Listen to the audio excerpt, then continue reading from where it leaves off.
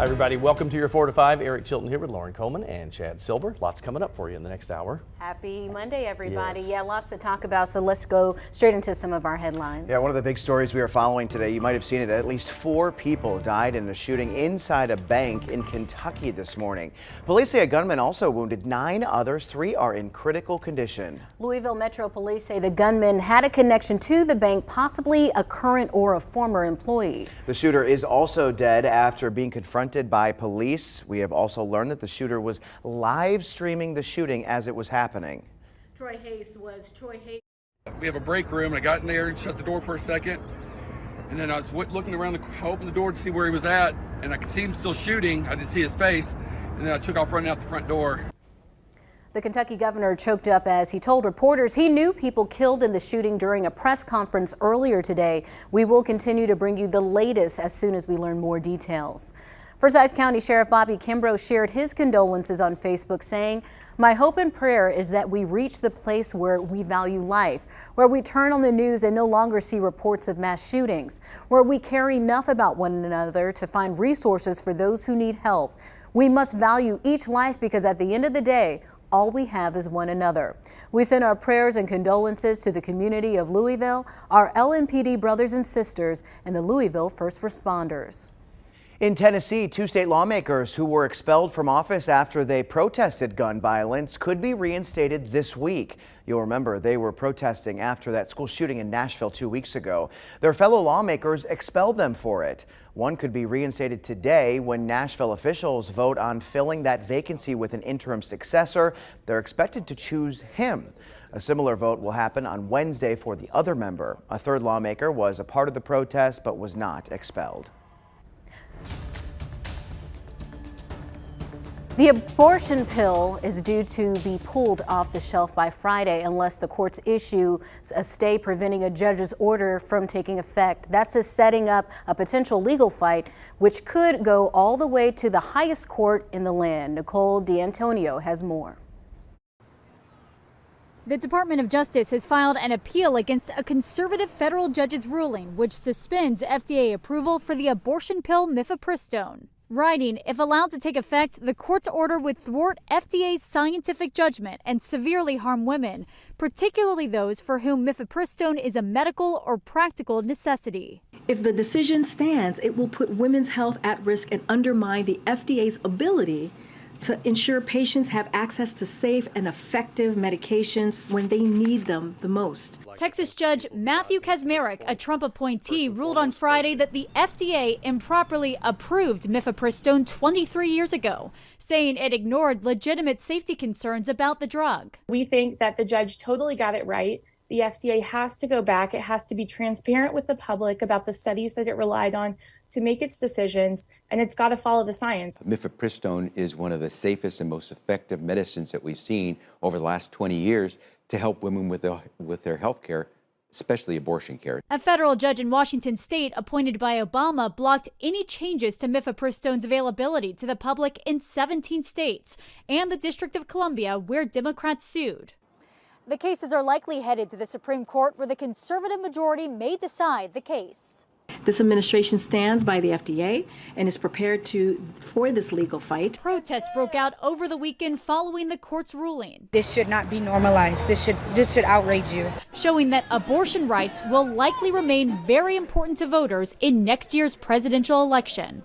Nicole D'Antonio, CBS News, the Supreme Court. Just last week, abortion rights helped propel a liberal judge in Wisconsin to an 11-point victory in a hotly contested election for the state Supreme Court. In North Carolina, a person has to have an in-person visit with a doctor before they can be prescribed this medicine.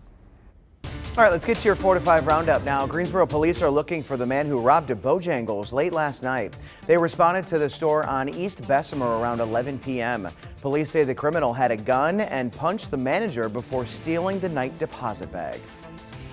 Winston-Salem firefighters had to cut through a house during an overnight fire. It happened around midnight at a house on Fenwick Drive. The fire department posted this video to Twitter saying crews had to use a saw to cut open a garage door for control. No word yet on if anyone was hurt. Davidson County Commissioners will consider adding a fire investigating canine to the fire marshal's office. These types of dogs help investigators look into the causes of fires. The fire marshal says they've borrowed these canines from other departments in the past, but dwindling resources makes it harder to get them now. They say they deal with about 20 arson investigations each year. Sprint car racer Justin Owen died after injuries he suffered during a qualifying event at the Lawrenceburg Speedway. The Speedway announced Owen's death on their Facebook page. The post says the car Owen was driving made contact with the outside wall of the track and then flipped several times. The remainder of the event has been canceled after the crash involving Owen. Federal regulators say they're looking into a North Carolina crash involving a Tesla. They say a Tesla that might have been operating under a partially automated driving system hit a teenager. Investigators say the car hit the teen when it failed to stop for a school bus last month. This all happened in Halifax County, northeast of Rocky Mount. The family of Deja Reeves, the North Carolina A&T student killed in a shooting almost a week ago, is holding a virtual funeral service Saturday. They plan to give loved ones who live out of state a chance to come together and honor her. Reeves and her family are originally from Chicago. Police found Reeves shot on Sullivan Street last Tuesday. She later died at the hospital. Reeves was the oldest of 7 children. School leaders confirm Reeves was a freshman in the College of Arts, Humanities, and Social Sciences. Another person was injured in the shooting and is expected to be okay. Duke Energy has nearly restored all power to a section of Battleground Avenue in Greensboro after a tree landed on power lines early this morning. You can expect delays in the area as linemen work to fully restore power. 6,000 people lost power initially, but it's getting much better. Duke's outage map now shows just 98 active outages with a restoration time of 5:30 p.m.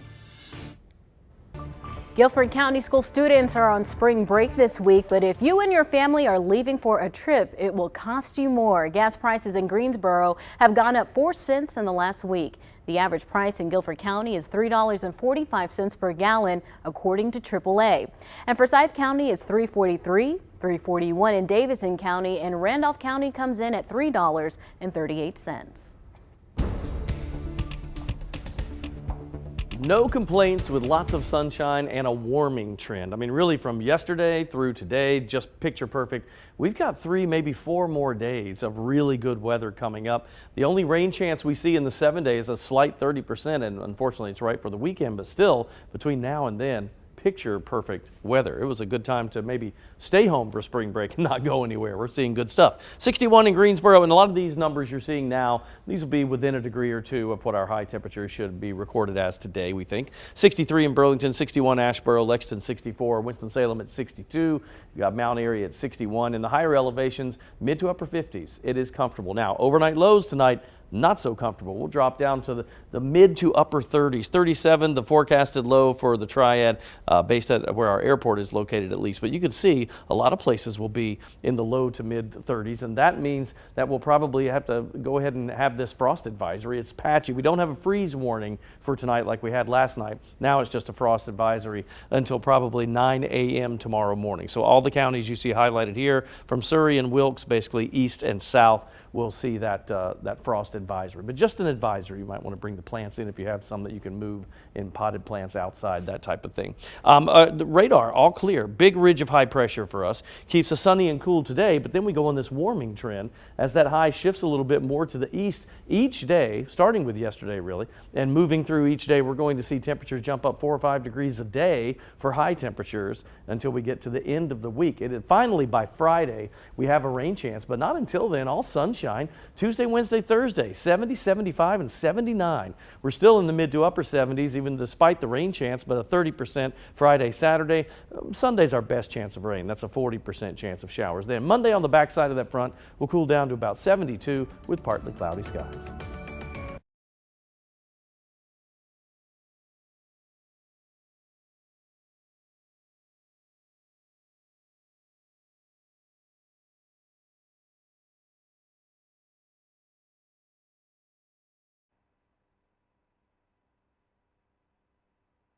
Yes, I am talking about adult sibling relationships.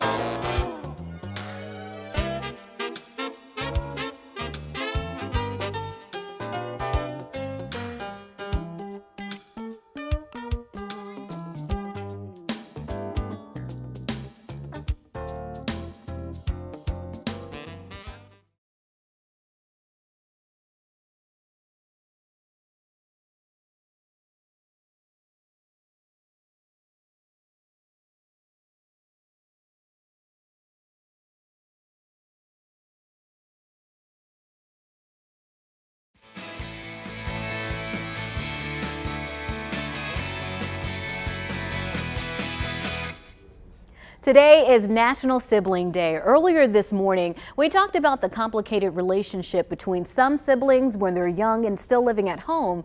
But now we shift this conversation to adult siblings after they have moved out of the family home and start their own path. This is what Blanca Cobb, who has a master's degree in psychology, and us are talking about today. So Blanca, let's get right to it. When you're adults out on your own, why do some siblings, why do they still not get along?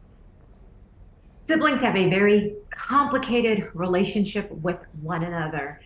And what happens is even though they're raised in the same home, they're parented differently based on their personalities and their temperaments and their characteristics. And sometimes there can be big clashes between siblings because of different beliefs.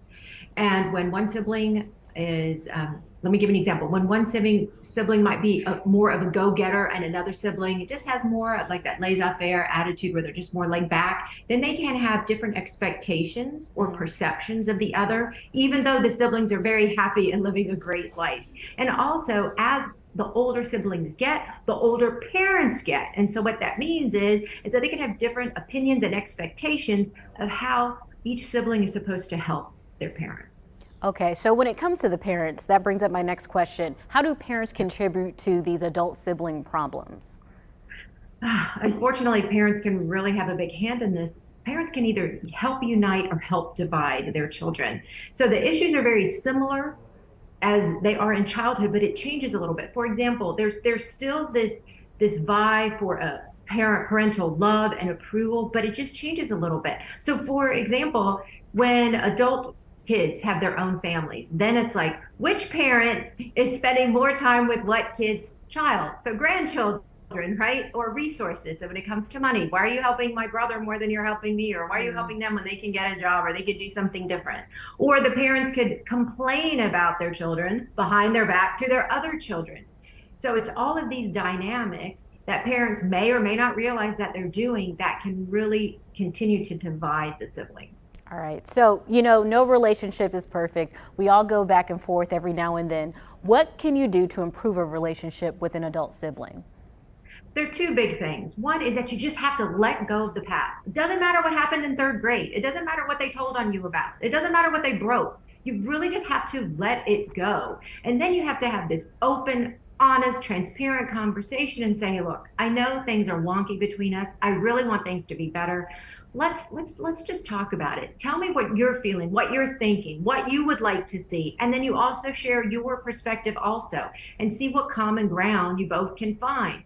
But let's say you decide to get back on track and you decide you're going to let things go. What that means is you really have to let it go. It's not the next time you get upset or the next time you get angry that you bring back what happened in 12th grade. You cannot do those kinds of things, because what it does is it's like an anchor tied to your ankle. You cannot move forward easily.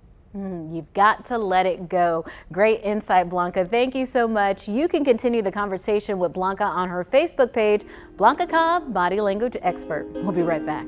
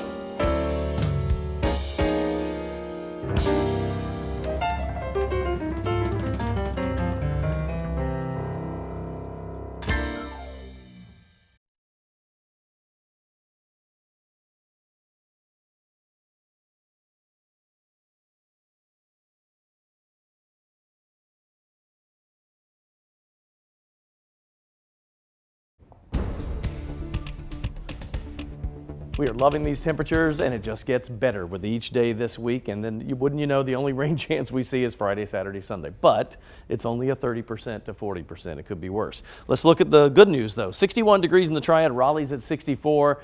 We will see colder air again tonight. In fact, upper 30s for overnight lows. So we do, we've been talking about the possibility of a frost advisory. We will probably see that. It's already been issued for overnight tonight into early tomorrow morning until around 9 o'clock in the morning. We think we'll be above, get into some warmer air by then. If you look at it hour by hour heading into the night, mid 50s by 8 p.m. We'll see some upper 40s by 11 o'clock tonight, 42 by 2 a.m. And again, that overnight low forecasted for 37 degrees for tonight. Okay, here's the frost advisory. Wilkes County, Surrey County, and then all points to the east of that. That's where we see the frost advisory. That'll go until 9 a.m. tomorrow morning. So in those upper 30s for a few hours, of course, it'll be cold out there. Now, quick change. We're talking from upper 30s to right at 70 degrees. That's our low to high stretch for tomorrow. And you can see the clear skies on the radar.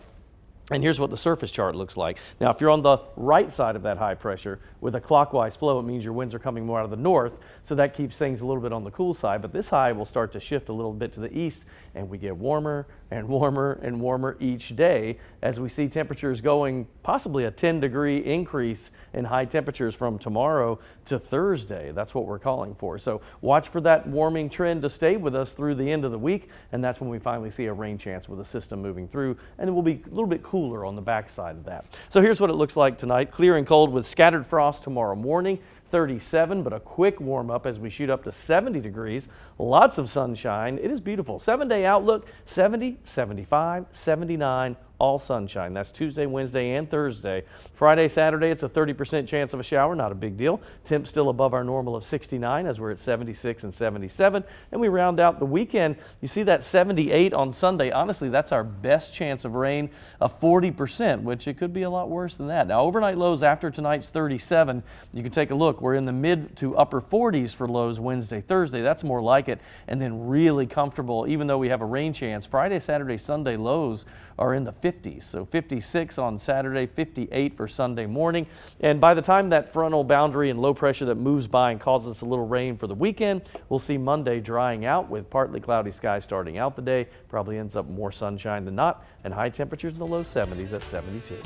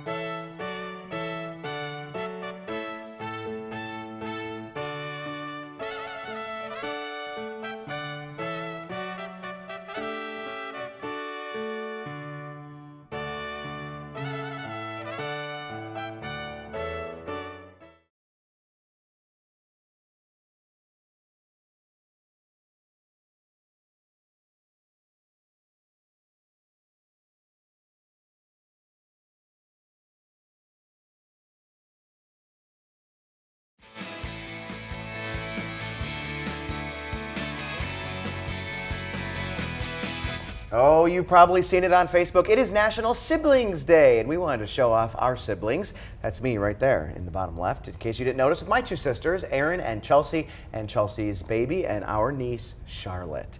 I love them so much. They're so great. It's also Erin's birthday today, so it's kind of like double for her. Every year, it's her birthday and Siblings Day. Well, happy birthday, Erin.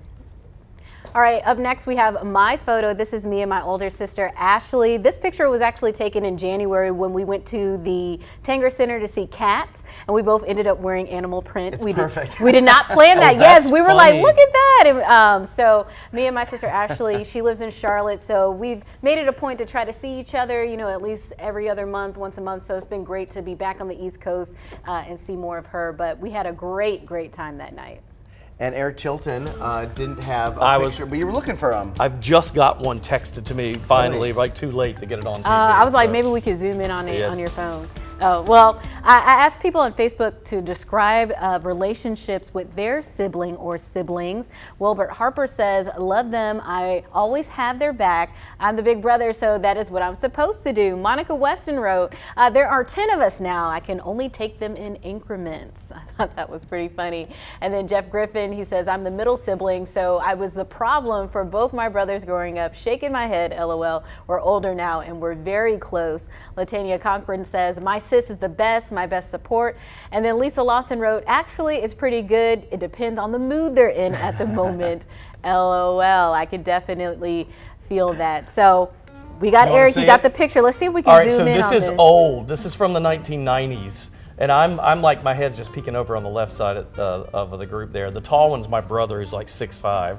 Of course, I did not get that height. And then my three sisters, left to right, are Bobby, Teresa, and Kathy. And Gary's my brother in the back. That was in front of my mom and dad's condo when they had sold the house and dad retired. And this is a while back. But we are all in different places, so it's hard to get together anymore. Yeah. We're literally in like 3 different cities, and so we don't get to see each other as much. And that's, my wife was like, I think I only know of one picture of all of you together, and that was about 4 years ago. So this is an oldie but a goodie. So we a similar situation in my family is we're all just very spread out. We live in 3 different states, but you know we make a conscious effort around Christmas time and then around the 4th of July to try to get everybody together. It's very hard. That's how me and my sister have been, because when I graduated from grad school, I went straight to Mississippi, then I went to Memphis, and so I was always far away, so she only saw me a couple times a year for holidays. But now that we're both in the same state, we see each other a lot more, and as I've gotten older, we've gotten closer, and it's just been a really beautiful thing to see. Wait till everybody starts getting married and having kids. That's what I'm excited for. You're all over. It's even more difficult. Yeah, I think that's what he's getting at. I'm excited for our kids to become friends and be best friends with their cousins. I used to have sleepovers with my cousins growing up, and it was a lot of fun. I think I just got lucky as a kid. Basically, my entire family lived in the same small town. And so, I mean, like half of my family lived on the same street. So I just grew up with family around all the time. And I know, like, for someone like you moved around so much with the military. It's Tell them how small your town was, because I mean, it's 8,000 people. It's 1 square mile. I don't even live within the 1 square mile. I live out in the sticks. But yeah, so I mean, 8,000 people, and I mean, it was. I went to the only high school in our entire county.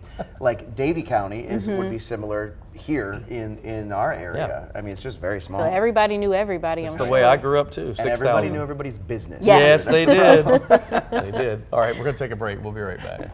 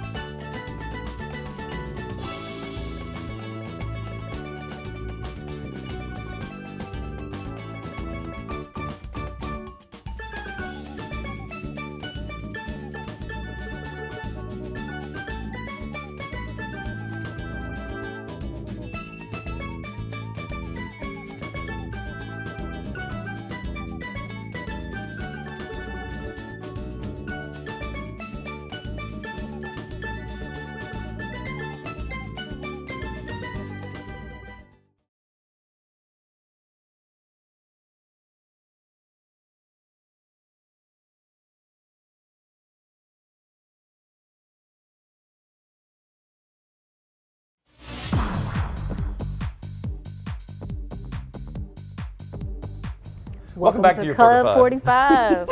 Sorry. Club 425. It's numbers 425. Right. Yes. Chad, Eric, and Lauren, and a lot coming up, including probably one of the best forecasts that we've seen in a long time. It's, I mean, like, are we talking temperatures that we haven't seen since last year? Pretty much, yeah. I mean, this when we get close to 80 degrees, recently we did have a really warm day like that, but it's unusual.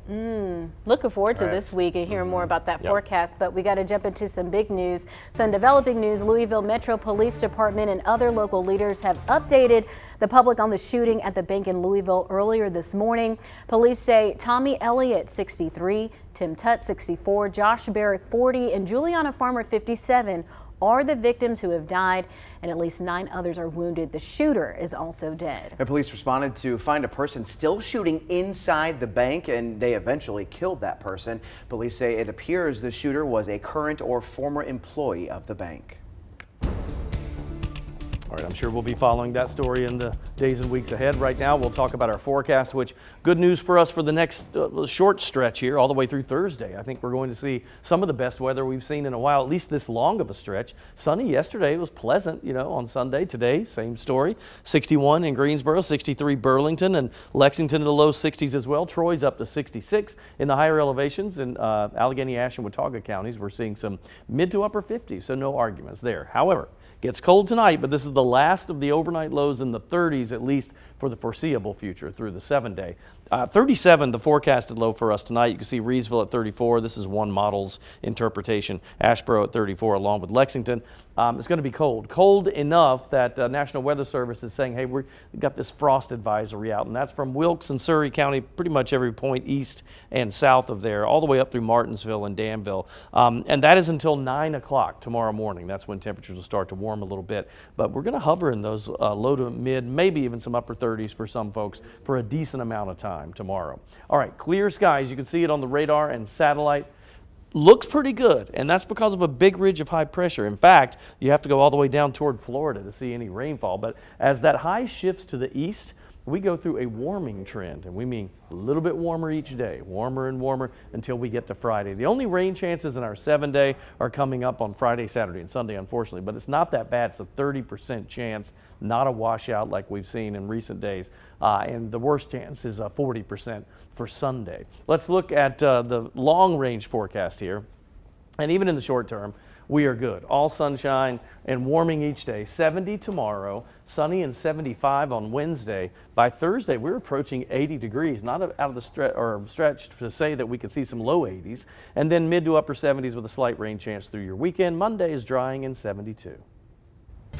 Here are some things happening in your community. The Alamance Burlington school system is looking to fill several positions. The district is holding a job fair later this month, and registration is now open.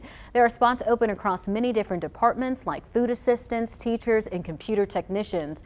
To register, head to the district website. The career fair is April 22nd at Highland Elementary School.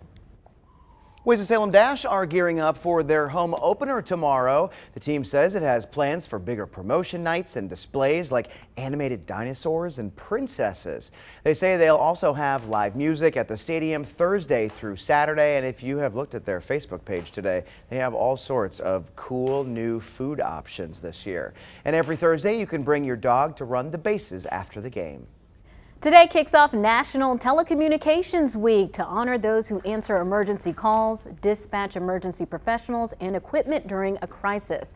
Guilford Metro 911 is celebrating all week long, starting today with awards presented to the Telecommunicator of the Year, Support Person of the Year, and Rookie of the Year. The Wake Forest football team had a wide receiver selected to the All-ACC team in each of the past 4 seasons, and Mount Airy alum Donovan Green hopes to continue that trend. Green stepped up in a big way last year, finishing with 642 yards and 6 touchdowns. He looks to build off that success heading into this season. There's obviously a lot of things that people don't see, just from an individual standpoint. There's a lot of things you got to clean up, and spring's a good time to do it. I had a lot of early season drops. I need to really work on that, and just a lot of other, key points that as an individual I'd like to fix. But you can definitely always, look for things to get better at, especially through film, and this is the perfect time to do it. It's kind of like the season where Sage opted out, COVID. I got a lot of pressure put on me back then, but it's kind of like the same situation, but this time I'm a lot more ready for it. I think for Donnie, honestly, just every year he gets better mentally, just leadership-wise. He's an older guy in that room, and a lot of guys look up to him because of the success he's had, how much hard work he's put in. Mastering his craft, he's done a good job of that this offseason too, asking good questions about routes and little details about things, how do you want me to take my release, just thinking about the whole play as the play as a whole instead of just his individual position. So he's done a great job with that, but he's always been, dominant, physically dominant. So he's just taking next steps mentally too. There's a lot of pressure on a person or a team that expect you to do something, and I'm just here to give the people what they expect. Now, Green and Wake Forest will be on the field Saturday at 2 p.m. for the annual spring game. And the best part, admission is free, and there are post-game autographs, so everyone head out to check out the Demon Deacons in action. One thing that I love I think that spring games are so underrated because you think, well, it's just kind of a scrimmage, because that's really what it is. It is. The team splits up in half and plays each other. But what I love about it is that this time of year, you can't do a football game. Right. You can't go to a football game. You can't tailgate for a football game. You just can't watch football. And so I think it's a great opportunity in the middle of the off season to just go and do all that stuff if you enjoy doing that stuff. Even though they don't play super hard because nobody wants to get hurt, but you still get a general idea of what they're going to look like and some of the offenses if you're really into it. And if you're a big fan of the team, you can get more interaction with the athletes on the team, especially this game when you could get autographed, but good one-on-one interaction. Well, kids love that too. I mean, that really, you take your kids to your particular school's spring game, that's where they get those autographs. And I love a good tailgate. Fire up the grill, get something on there. Tailgate for the scrimmages, That'll be fun. All right, we're going to switch gears now. Most of us have already had our Easter egg hunts last week, but that's not the case at the White House. President Joe Biden and First Lady Jill Biden welcomed families and their children to the White House for the annual Easter egg roll today. Oh, the White House Easter egg roll is a tradition that dates back to 1878. The First Lady is continuing what she's calling egg-ucation this year, transforming the South Lawn into a place for fun activities. Welcome to the Easter egg roll. As your First Lady and as a teacher, I've seen again and again, learning doesn't only happen in a classroom. There are so many fun opportunities to learn around us every day. And that's why we wanted to celebrate our Easter egg roll. So we turned to the South Lawn into a school community. What brings it to life is all of you. Around 30,000 people were there today, including thousands of military and veteran families. And 1,000 of those eggs will be from Winston-Salem. Volunteers at the Masonic Center in Winston-Salem dyed the eggs a couple weeks ago. The eggs come from Braswell Farms, family farms in Nashville, North Carolina.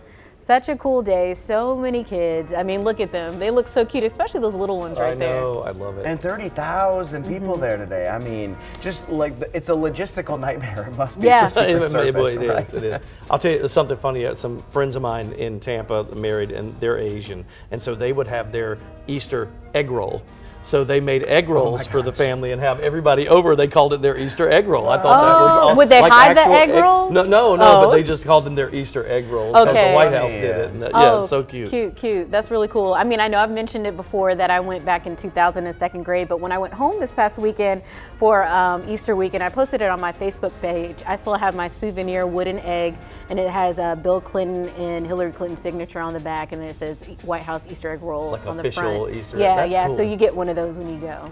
So you're not looking for those, that's what you get, like, because you participated. Yeah. Okay, So it's just cool. been sitting on the piano at my parents' house. So I was like, it's either in the china or on the piano, and it was there. So I took a picture of that and posted it on Facebook. Nice. Parents always keep that stuff.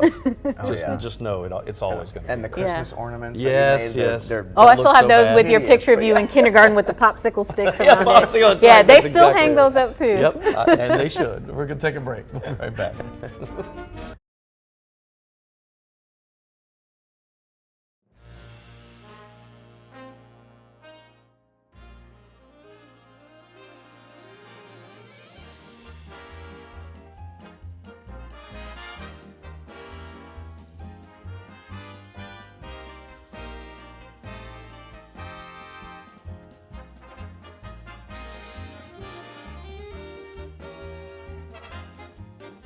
But we weren't tossing to Okay, interesting. 1, 2, 3, 4, 5, 6. 6. Yeah, I wrote.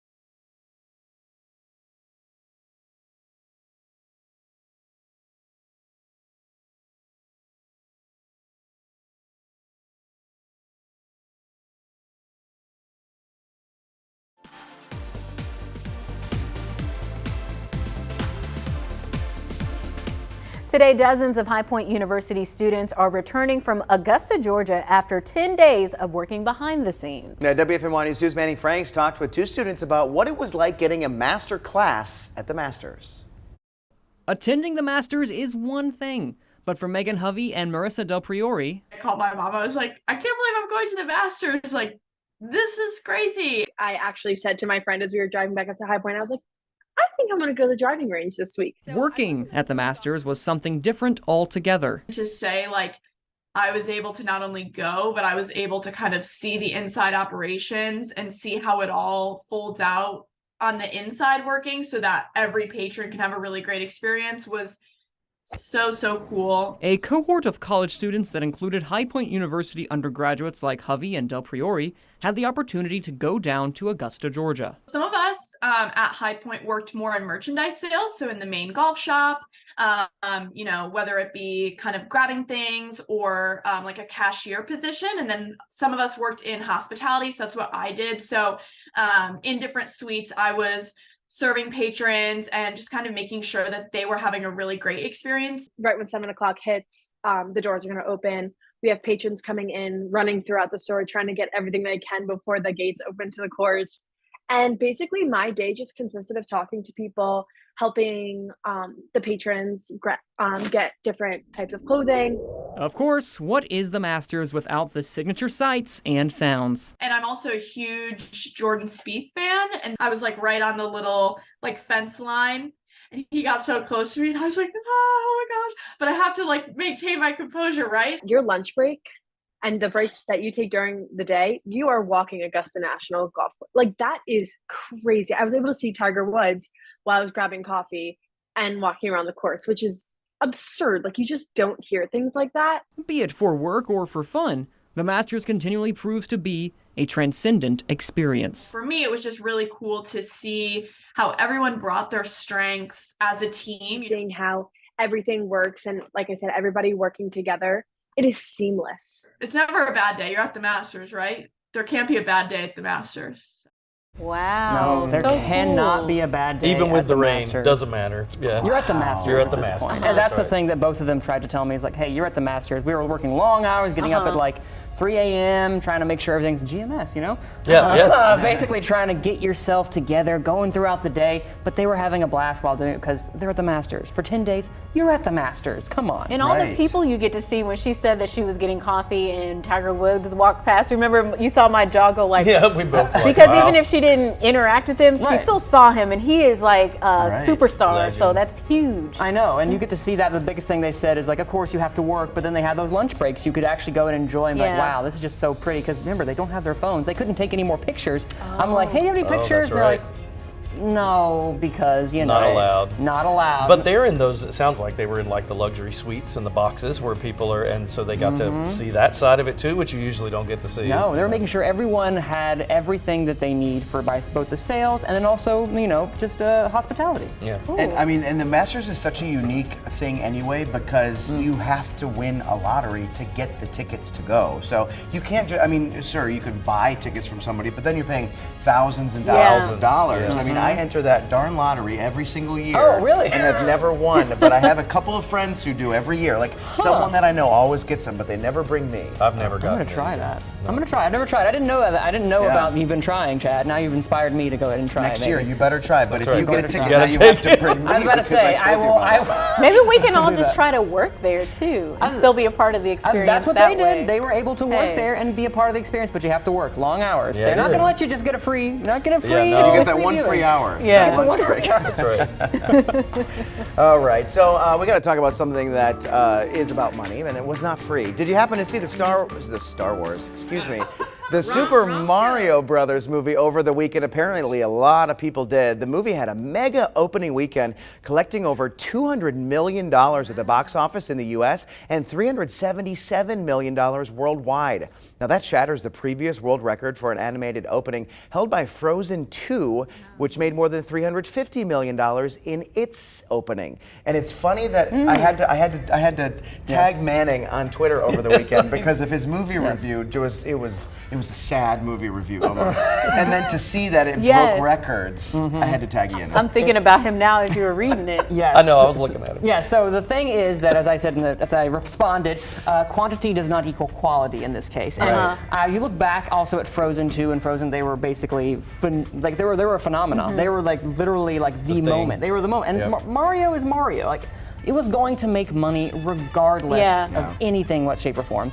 And I think the kids will be like, Mommy, Daddy, come back. I want to go see it again and again and again. And the parents will be like, oh boy, here we go But the again. parents probably wanted to see it too, because I think it's a nostalgia thing, because that's why I wanted to go see it. Well, I'll say this, there are lots of bad movies that made a lot of money because people just liked them for whatever reason. Or who was in them. Yeah. Oh yes, and that'll keep doing it. And so yeah, I understand why it'll make a lot of money, why it broke these records, because again, it is Mario that has that nostalgia. You want to see a Mario movie. This is the first Mario movie since the 90s, right? So we have to pick on you just a little bit. No, please, pick on me. Before we go to break, we want to hear your best Mario. Oh, he does one. But you got it in the review, though. Do you want me to do it again? Just one little. Just one more. All right, I'll take us out of here, ladies and gentlemen. It's me, Mario. I'm now embarrassed. I'm going to walk away. Goodbye, everybody. We'll be right back.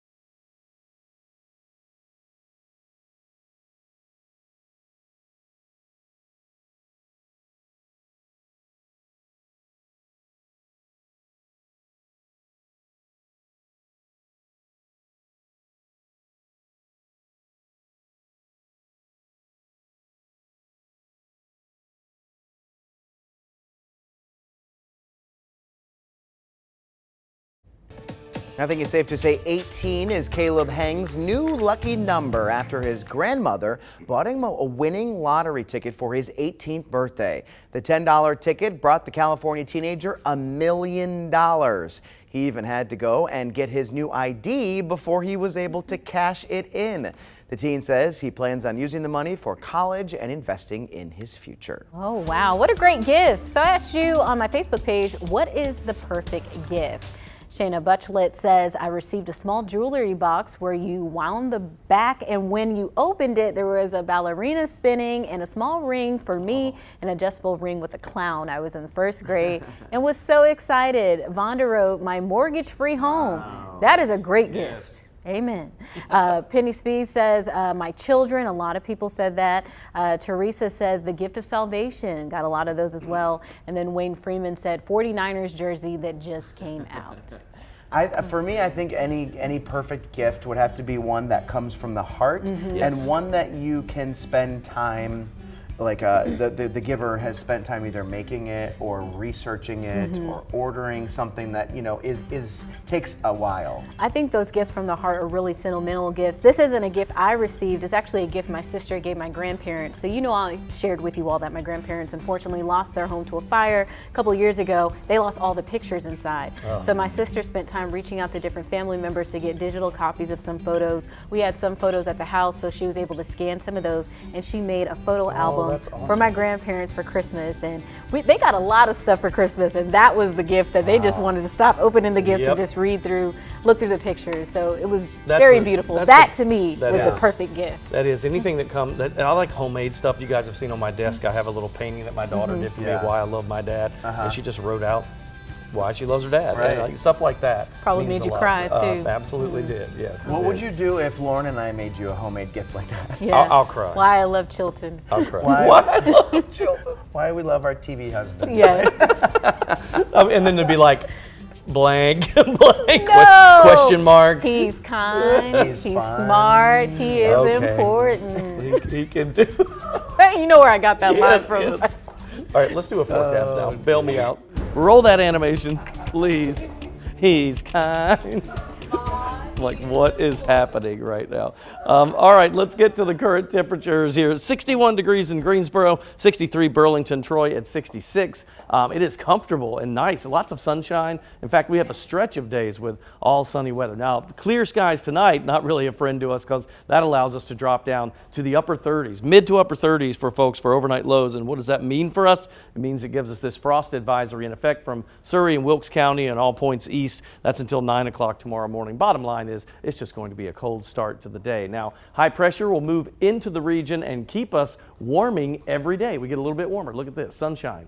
Tuesday, Wednesday, Thursday, 70, 75, and 79 for those 3 days. We're in the mid to upper 70s for your weekend with a slight rain chance, only a 30% Friday, Saturday, 40% on Sunday.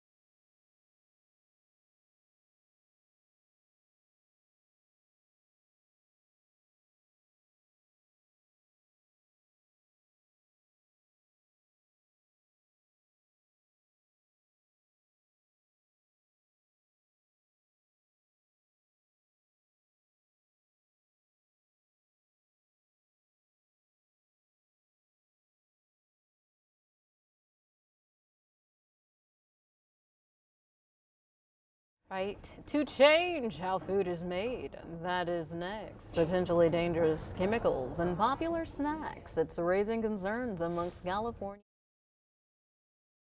Hey, check, check, 1, 2, 3, 1, 2, 3, 4, 1, 2, 3, 4, 5. Check, check, check. Hi, Brad, 1, 2, 3. Yet another mass shooting claims several lives tonight. We're on top of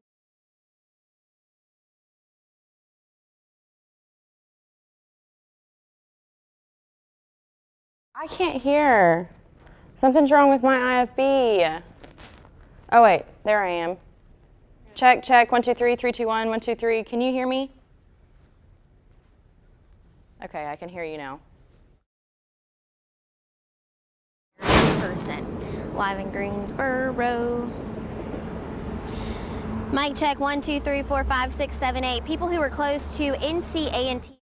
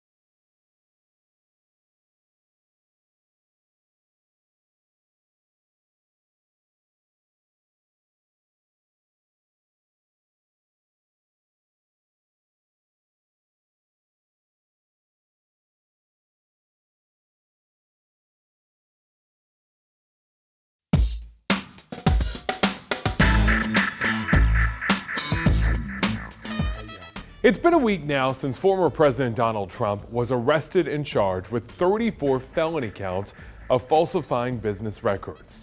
Now that a little time has passed, we're getting a clearer picture about how the public is reacting to this unprecedented news. A new Ipsos poll shows 53% of Americans believe Trump did something illegal, and 20% believe he did nothing wrong. To the people on both sides of that poll, I want to stress it is too early to know if he's guilty.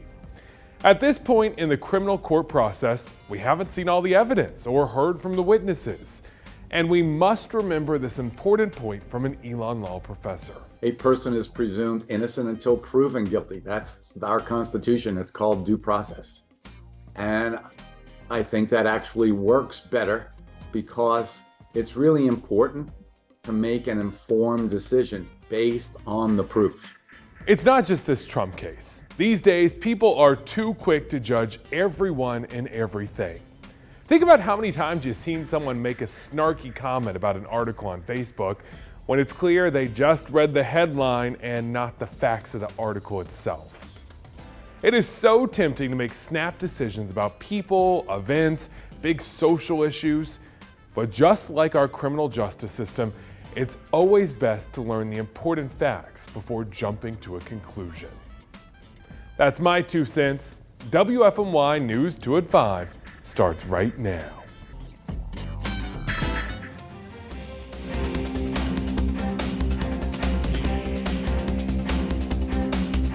Yet another mass shooting claimed several lives. Tonight we're learning new details about a deadly shooting in Louisville, Kentucky. Police say a gunman opened fire at a bank, killing 4 people in